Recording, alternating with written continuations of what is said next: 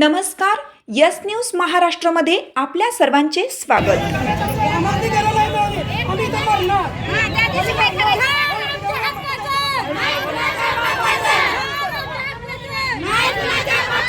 प्रधानमंत्री आवास योजनेतील मंजूर गृहप्रकल्प रखडल्याने संताप, मुख्य अधिकाऱ्यांविरोधात नागरिकांचे तीव्र आंदोलन।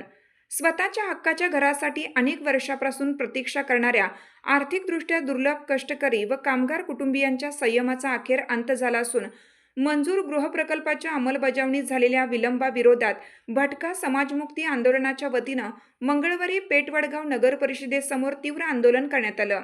प्रधानमंत्री आवास योजना अंतर्गत मंजूर झालेल्या 410 परवडणाऱ्या घराच्या प्रकल्पाला अंतिम मंजुरी मिळूनही त्याची माहिती नागरिकांपासून जाणीवपूर्वक लपवण्यात आल्याचा तसेच पुढील प्रक्रिया हेतुपुरस्पर रखडवून ठेवण्यात आल्याचा गंभीर आरोप आंदोलनकर्त्यांनी यावेळी केला।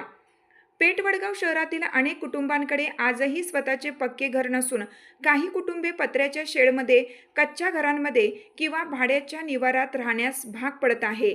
घराच्या वाढत्या किमती आणि जागेच्या टंचाईमुळे सर्वसामान्य नागरिकांचे स्वतःच्या घराचे स्वप्न अपूर्णच राहिलं आहे। भटका समाजमुक्ती आंदोलनाने 2014 पासून सातत्याने पाठपुरावा करून शासनाकडून गट क्रमांक 173/1/अ मधील जागा मंजूर करून घेतली। त्यानंतर 25 जून 2025 रोजी 410 घरांच्या प्रकल्पाचा प्रस्ताव सादर करण्यात आला होता। या प्रस्तावास 23 फेब्रुवारी 2026 रोजी अंतिम मंजुरी मिळाल्याचा दावा आंदोलनकर्त्यांनी केला।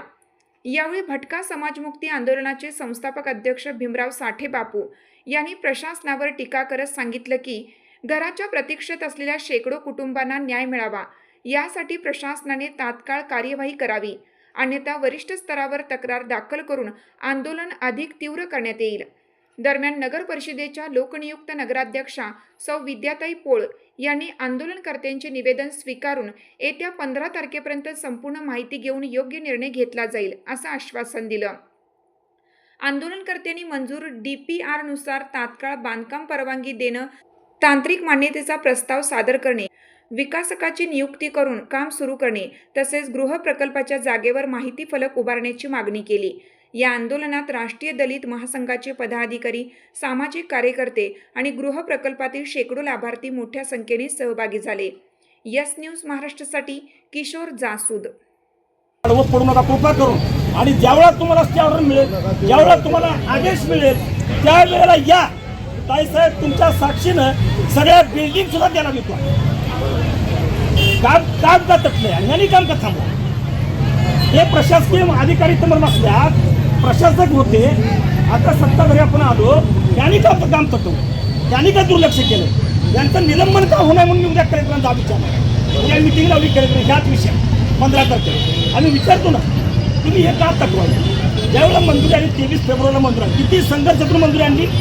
या बाबांनी या ताईसाठी मुंबईत जाऊन गृहनिर्माण विभागाला तक्रार दिली। का रे बाबांनो, तुमच्या जमिनीचा गृहनिर्माण विभागाचा संबंध आहे? दादा तक्रार भांडणं लागलं पोलिसांना देतात का मुंबईत जाऊन देतात? त्याला आता इथं गाडायचं असेल तर त्याला तक्रार दिल्लीत जाऊन द्यायची गरज काय होती? त्याची जमीन 173/2, त्या जमिनीबद्दल तुला काय तक्रार कोर्टात गेलं जा, माझ्या शुभेच्छा आहेत। पण 173/1 तुला 3 मध्ये तक्रार नाही, 4 मध्ये तक्रार नाही, 5 मध्ये। आम्ही म्हणतोय तासगावकडे जे हे गट आहेत तिकडं तुझी जमीन सरकली असेल, आमच्यात काय येतोय? आणि ह्याला शहाणे करू नका। 173/1 आमचा आहे, इंदिरा कॉलनी त्यात बसलेले आहे। इंदिरा कॉलनीमध्ये जे अतिक्रमित ज्या लोकांनी केलेलं आहे ते आपली माणसं आहेत, त्या माणसाला पुढे धक्का लागणार नाही। जरी याचं गेलं असं तरी ट्रस्ट आहे, या ट्रस्टने ही जमीन आम्हाला द्यायची। इतक्या वाईटतेने केलंय ना, अतिशय निंदनीय प्रकार केला। आमची यस न्यूज महाराष्ट्र चॅनलला लाईक करा व सबस्क्राईब करायला विसरू नका।